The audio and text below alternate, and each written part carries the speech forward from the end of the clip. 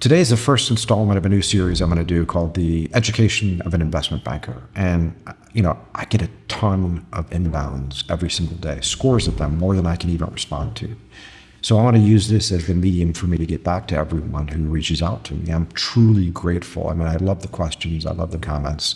A lot of the questions I get are, how do I get a job in investment banking? How does M&A work? What should I do with my life? What's your favorite color? So on and so forth. So again, I'm going to use this series to talk to the M&A professional and those aspiring to get into the field. I'm going to talk a little bit about my experience over the course of the series, how I got into what I do, how I've educated myself, been educated, my philosophy on M&A, running the business, and then I'll also get into probably more detail on the M&A process and things that professionals should be concerned about more so than business owners, because the majority of the stuff we do is focused on the business owner as the audience.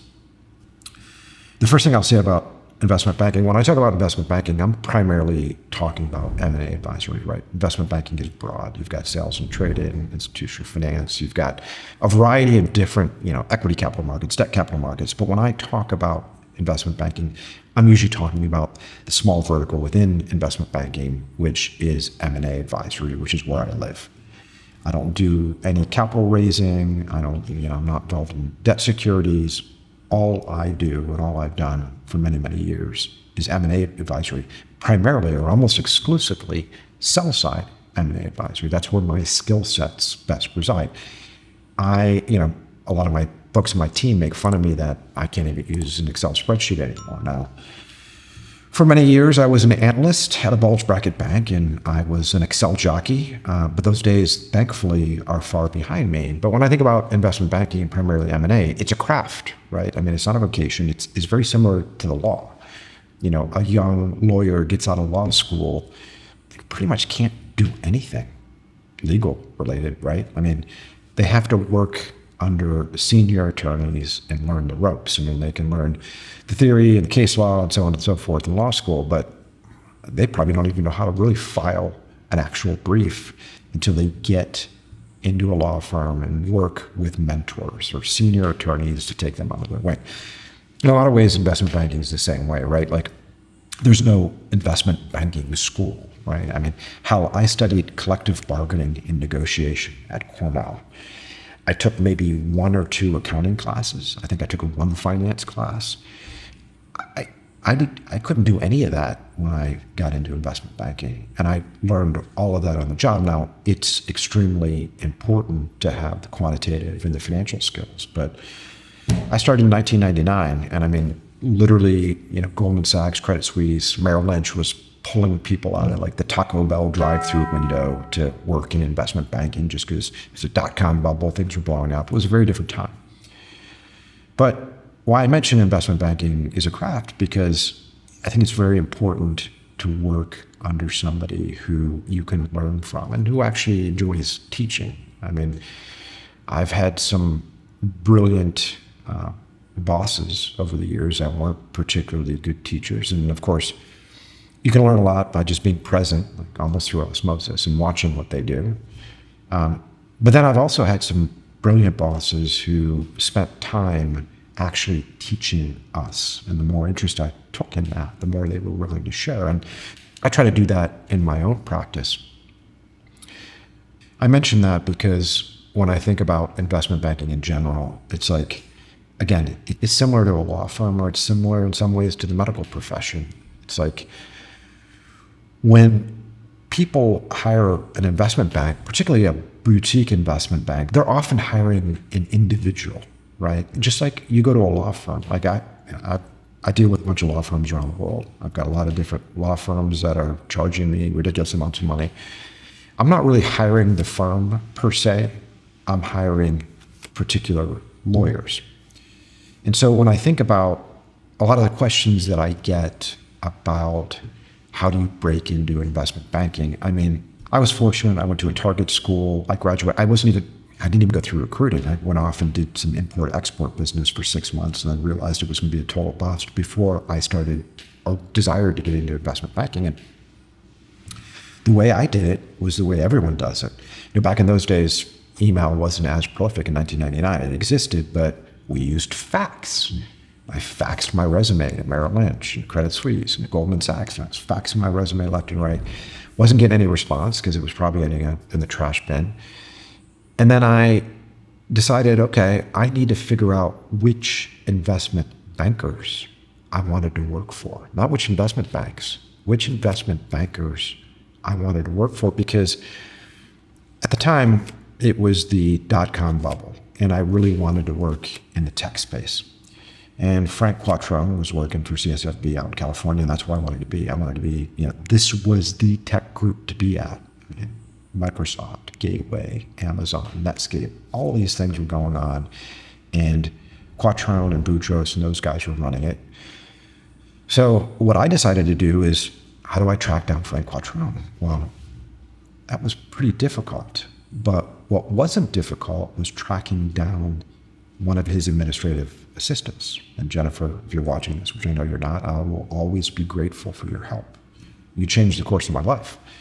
So I tracked down and became friends with one of his administrative assistants. Her name was Jennifer. She, in effect, got my CV in front of him, and the rest was history. I was off to San Francisco, and I worked in the tech group, which was a phenomenal experience and really changed the course of my life. But I raised that point because many of you, and I get these, and my colleagues in investment banking, and there's not a day that goes by that we don't get a resume or a CV via email with the standard cover letter. Now all of it's done by ChatGPT. And we get the standard cover letter and the CV. And I read these things sometimes. The extreme majority of them I ignore. They go right to our HR people, and I never see them.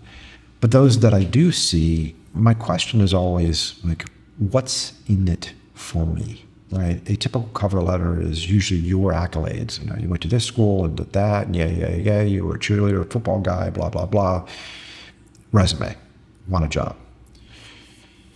And I start to think about, the course of my life and the types of things that helped me the most. And about 20 years ago, I delved really deeply into marketing, advertising, and copywriting. And I brought some books. Now, I have a extensive library, both here in Puerto Rico as well as in Switzerland. I'm not as cool as Ty Lopez, where I have the books in the garage in front of the Lamborghini. That's unfortunately not what I have.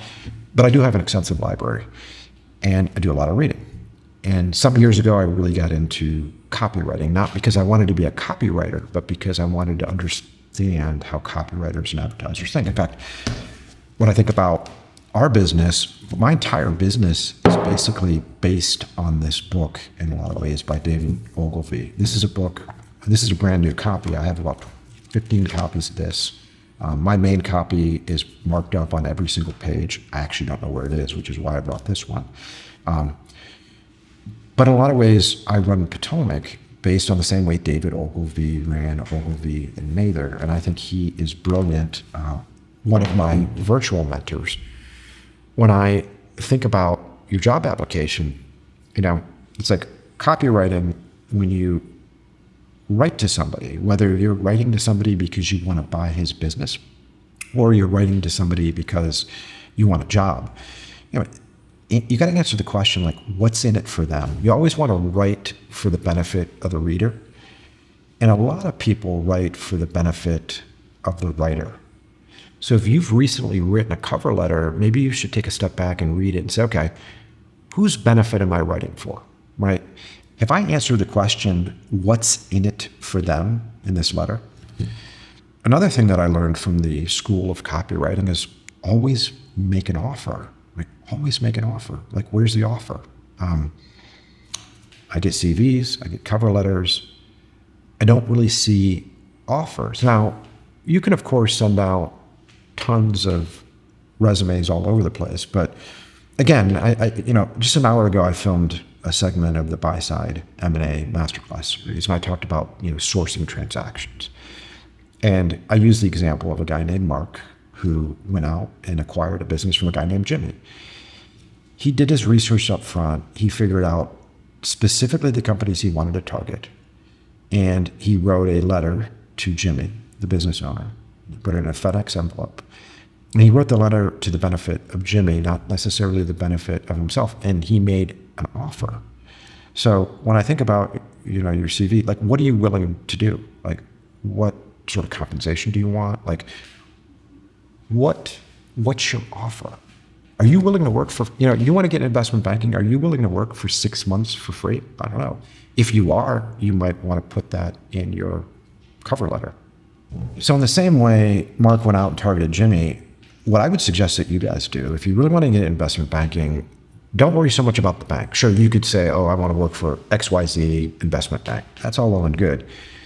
You send your resume to the HR department or the contact form on the website. You literally have a 0% chance of somebody like me actually seeing it. And if we do see it, it's almost like a throwaway. It effectively costs you nothing. I mean, nowadays we know that you probably wrote your cover letter on ChatGPT and your resume, right? Like, so literally it was a frictionless, costless transaction for you to send something over. But if you can target people, if you could say, you know what, this investment bank has this particular banker, and actually learn about this individual, right? Like, okay, nowadays, LinkedIn, Facebook, all sorts of stuff. You can do research on people. You can figure out like where this dude hangs out, what he likes to do, what sort of hobbies he has, what sort of interests he has, and actually write the letter directly to him. And you know what? No one uses mail anymore. Like, for the love of God, like FedEx something. Like, you FedEx something to me. Now, I tend to not always publish a real address online for a variety of reasons, which I'll get into here momentarily. But you can find a mailing address for folks, and you can priority mail or FedEx an actual written letter that says, hey, here's what I've done, and here's what I've done, here's what I can do for you. Oh, and here's some examples of things I've actually done with my own mind and hands.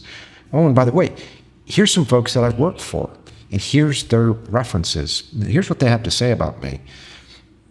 If you do that and you actually attack the individuals that you would like to work for, that you would like for them to be your mentor, half the battle is actually getting in the door. Half the battle is actually getting it in front of them. And then if you close it with some sort of no-lose offer, I mean, you might have a better chance. Actually, you've got a definite better chance of sending it to hr@xyzcompany.com. I think about, writing for the benefit of the reader quite a bit because it's in every single one of these books. And anything that I receive, I receive, I would say probably between 40 and 50 LinkedIn messages per day. And again, I love them. And I enjoy the messages that I get. I get a lot of job inquiries. I get a lot of business owners that say they want to talk to us over here at Potomac. And I get a lot from professionals like you, a lot of job questions. The best way to actually get somebody's attention, and I'm not just talking, this is not a request from me, but this is anywhere in the business world. Whenever I message a business owner or executive somewhere, I'm always making an offer. I'm always providing value. It's never about me. It's never like, hey, I'm trying to do X, Y, and Z. Can I get on the phone with you for 15 minutes to pick your brain?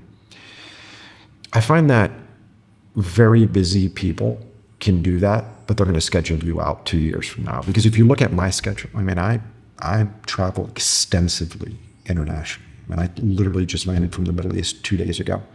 I'm here doing some filming, and I'm going to be on the road again. So busy people don't really have time to chit-chat about an idea for 15 minutes unless there's something in it for them. So no matter what you do, whether it's a job, whether it's a business proposition, always lead your communication with, by the way, here's what's in this for you. And by the way, here's what I want to talk about.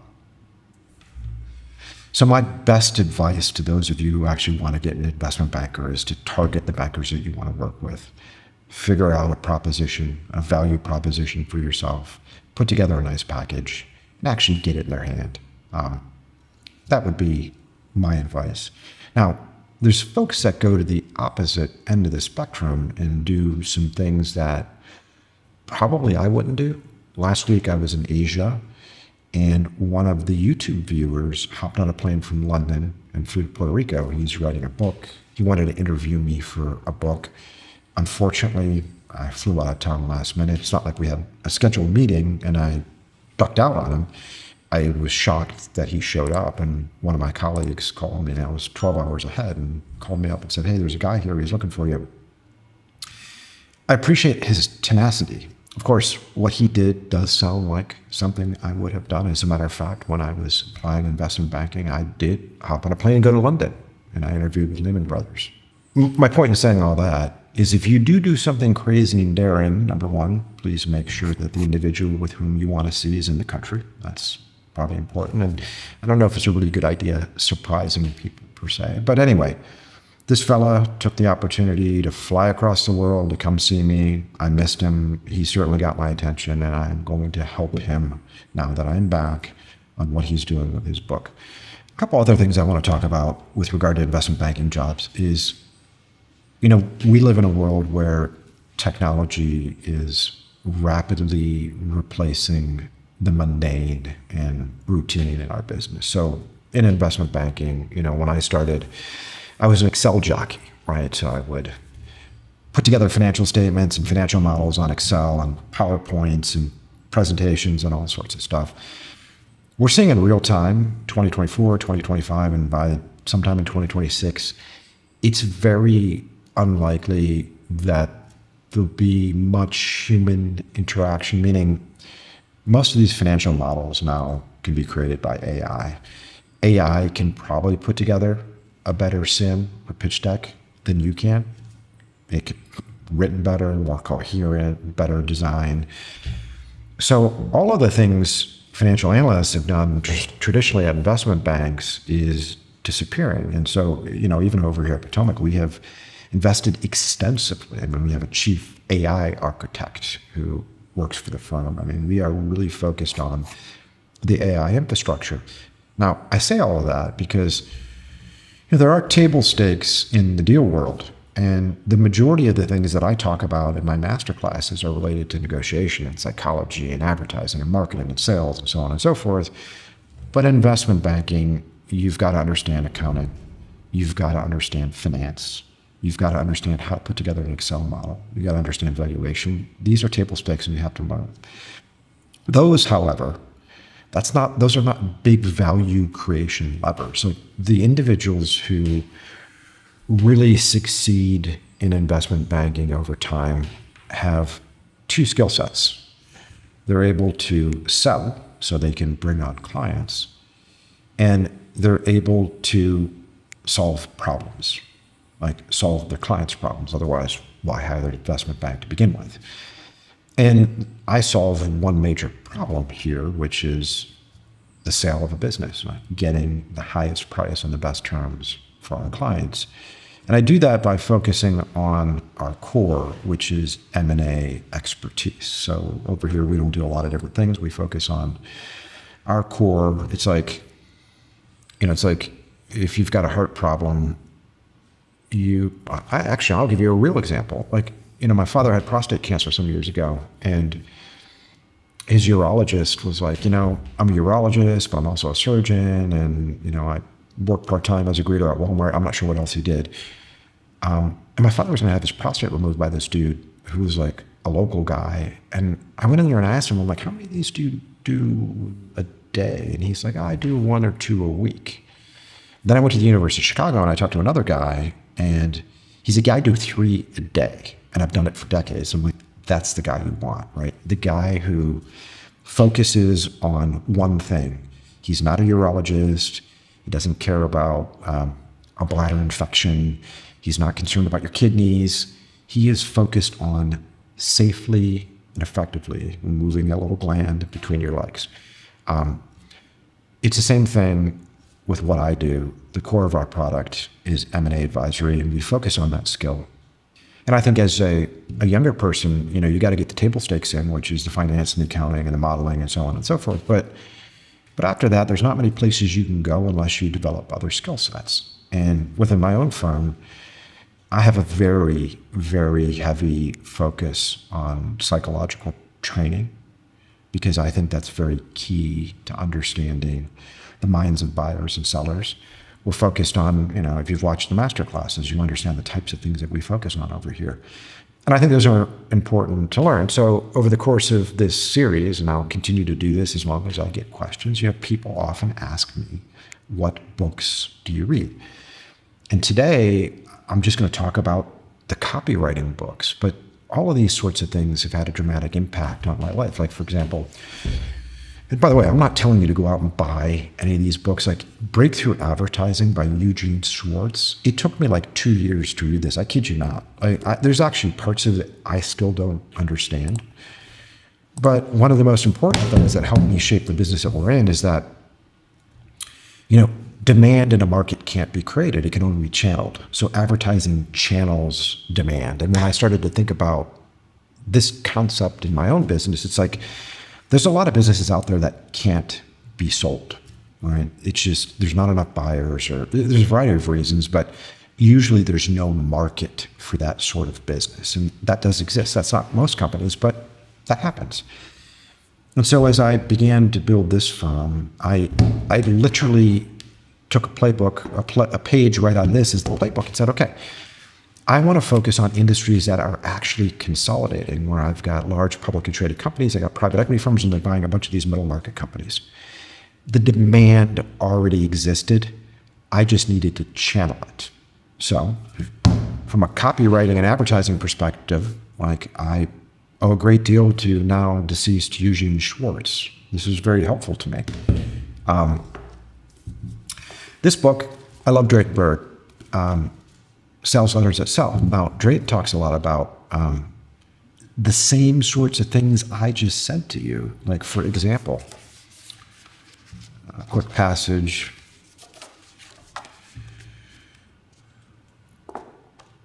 Like most things designed to sell, they suffer from one big fault. They are written from the point of view of the writers, who believe everybody should be interested in them or what they want to sell, rather than the readers, who have the identical feeling, but from the opposite perspective.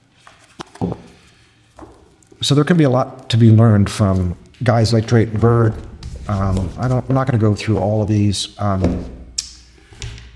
Claude Hopkins, if you watch the Masterclass series, a lot of folks talk about my storytelling. It comes from this, my life in advertising and scientific advertising. Our friend here, David Ogilvy, who ran Ogilvy and Mather, once said that in order to work for him, you needed to read this book 7 times. So I took his advice, and I've read it that many times. I'll skip the rest of these books. I'm not going to get too into advertising, copywriting, but I am saying is, like, from my perspective, everything that I try to do, I try to provide value for the recipient, whether it's the our audience, right? What I'm trying to do on this YouTube channel is say, okay, I'm here. I want to make very educational videos. I want to educate business owners so they can understand the mechanics of an M&A transaction, the psychology of the deal. I want them to be able to understand private equity and valuation and so on and so forth. And I do that. And of course, at the end, I pitch my services because I'm not running a charity. But my main priority is to get out there and teach. And I think a lot of the reasons why I do that, and I do that within our firm, and I speak in different places, but I think a lot of the reasons why I teach is that it really helps me clarify thought. So if I have to get on here and speak with you, I don't want to just come up here like a bumbling idiot, and I don't use teleprompters or notes or scripts or anything like that.